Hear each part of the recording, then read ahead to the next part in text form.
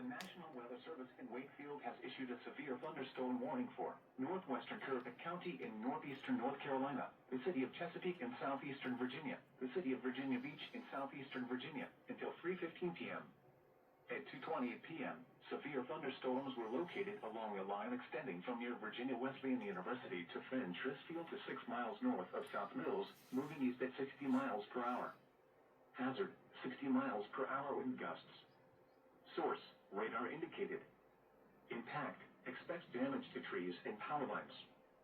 Severe thunderstorms will be near Back Bay, Virginia Beach, Northwest, Chesapeake, and Princess Anne around 2:35 p.m.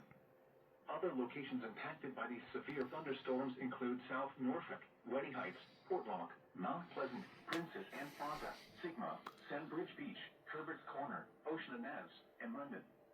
For your protection, move to an interior room on the lowest floor of a building.